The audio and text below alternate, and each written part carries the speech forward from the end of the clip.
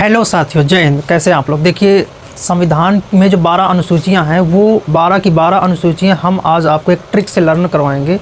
और अगर क्योंकि आप देखते होंगे कि संविधान में जो 12 अनुसूचियां हैं वो एक एक करके जगह, अगर मैं आपसे पूछूं कि 9वीं अनुसूची में क्या है, 10वीं अनुसूची में क्या है, 7वीं अनुसूची में क्या है, 8वीं अनुसूची में क्या है, तो आपको एक इंडिविजुअली अनुसूची के बारे में बताना थोड़ा सा मुश्किल हो जाता है कि किस क्षेत्र से संबंधित है। लेकिन इस वीडियो को जब आप देखना बंद करेंगे उसके बाद में, यानी कि 4-5 मिनट के बाद में, आपको 12 की 12 अनुसूचियाँ आपके माइंड में रट चुकी होंगी। तो इसलिए इस ट्रिक को बहुत ही ध्यान से पढ़िए और बहुत ही ध्यान से समझिए। तो हम स्टार्ट करते हैं कि 12 की 12 अनुसूचियाँ याद करने की वो ट्रिक क्या है। देखिए, सब मैंने लिख रखा है कि संविधान की अनुसूचियाँ याद करने की ट्रिक है।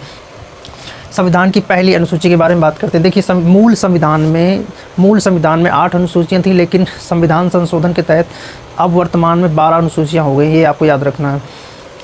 तो देखते हैं कि पहली अनुसूची में क्या है। तो पहली अनुसूची में आपका हो जाता है, आपको सिर्फ इतना लिखना है पहली अनुसूची में, क्योंकि आप जानते होंगे कि संविधान का जो पहला आर्टिकल है वो राज्यों का संघ, यानी कि संघ और जो राज्य है और यूटी, उनके विषय में बात करता है। तो अनुसूची फर्स्ट भी उसी से संबंधित है। तो आपको सिर्फ इतना लिख देना है 28 + 8, यानी कि 28 राज्य और 8 केंद्र शासित प्रदेश, इनके बारे में पहली अनुसूची बात करता है। बिल्कुल इजी, इसके लिए कोई ट्रिक की जरूरत नहीं।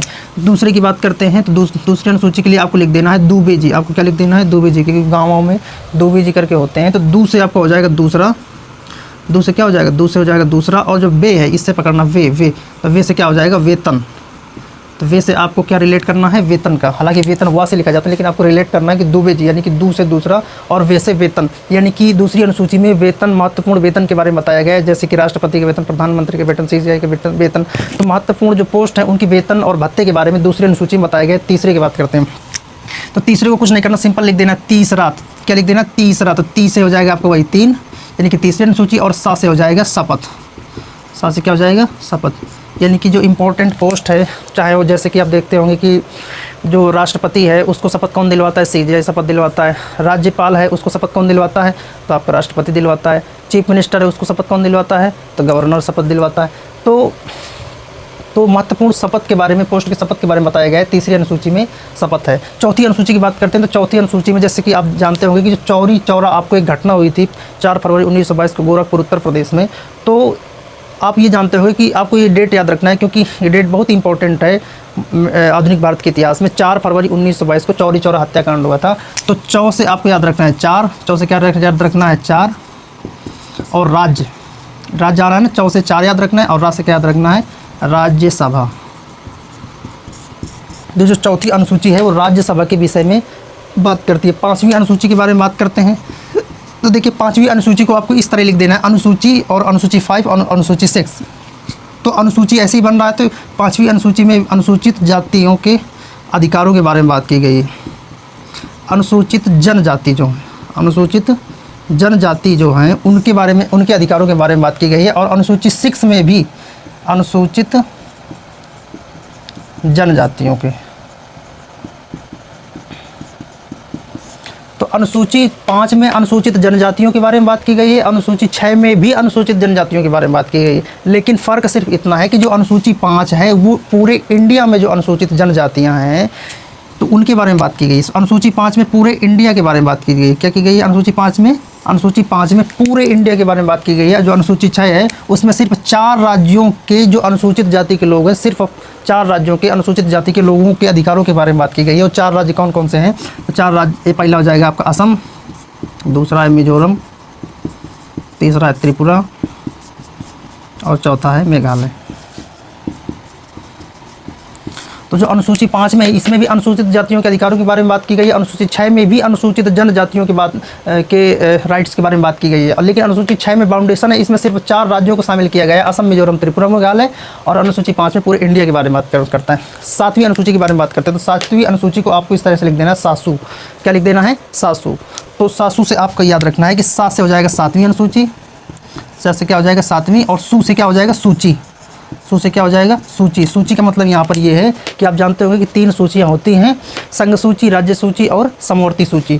तो जो 7वीं अनुसूची में है वो सूचियों के बारे में बात की गई है, यूनियन लिस्ट, स्टेट लिस्ट और कंकरेंट लिस्ट, यानी कि संघ सूची, राज्य सूची और समवर्ती सूची के बारे में बात की गई है 7वीं अनुसूची में। 8वीं के बारे में बात करते हैं। तो 8वीं को आपको ऐसे लिख देना है, आभा। क्या लिख देना है? आभा। तो आ से हो जाएगा आपका 8, और भा से क्या हो जाएगा? भाषा।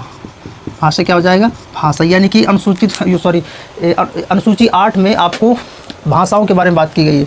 और जैसा कि आप जानते होंगे कि मूल संविधान में टोटल 14 भाषाएं थी, लेकिन वर्तमान में 22 भाषाएं संविधान में हैं। मूल संविधान में 14 भाषाएं थी, लेकिन उनको ऐड कर दिया संविधान संशोधन के तहत, तो वर्तमान में अब 22 भाषाएं हैं संविधान में। 9वीं अनुसूची की बात करते हैं। तो 9वीं अनुसूची में आपको सिर्फ इस तरह से लिख देना है, क्या लिख देना है 9वीं, क्या लिख देना है 9वीं, 9वीं न लिख करके आपको क्या लिख देना है 9वीं, क्या लिख देना है 9वीं। तो 9 से आपको क्या याद रखना है, 9 से आपका हो जाएगा 9वीं, और भा से क्या हो जाएगा भूमि सुधार, क्या हो जाएगा भूमि सुधार। तो जो 9वीं अनुसूची है वो भूमि सुधार से संबंधित है, और ये 9वीं अनुसूची बहुत ही इंपॉर्टेंट है। जैसे कि मैंने आपको बताया कि मूल संविधान में कुल 8 अनुसूचियाँ थी, तो संविधान संशोधन के तहत जोड़ी गई पहली अनुसूची कौन थी, वो 9वीं अनुसूची ही थी, क्योंकि मूल संविधान में सिर्फ 8 अनुसूचियाँ थी, लेकिन पहला संविधान संशोधन 1951 के तहत 9वीं अनुसूची को जोड़ा गया, इसलिए ये वेरी मोस्ट इंपॉर्टेंट है। तो 9वीं अनुसूची जो है भूमि सुधार से संबंधित है, और पहला संविधान संशोधन 1951 के तहत इसको जो है जोड़ा गया था। मूल संविधान में 8 अनुसूचियाँ थी और 9वीं अनुसूची को जोड़ा गया था। 10वीं के बारे में बात करते हैं। तो जो 10वीं अनुसूची है वो आपको ऐसे लिख देना है 10वीं, और लिख देना है दिल, यानी कि दा से 10वीं और दिल लिख देना है। तो आपको इस तरह से लर्न करना है, इसके दा से आ जाएगा 10वीं, और दिल से इससे क्या याद रखना है दल बदल।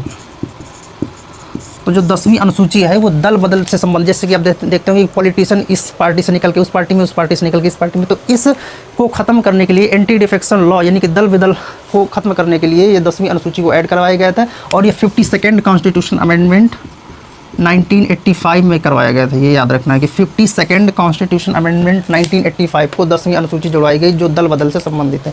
11वीं अनुसूची की बात करते हैं। तो 11 से आपको इस तरह से लिख देना है 11, क्या लिख देना है 11, और इस तरह से रिलेट करना है, क्या ये क्या लिखा है ग्राम।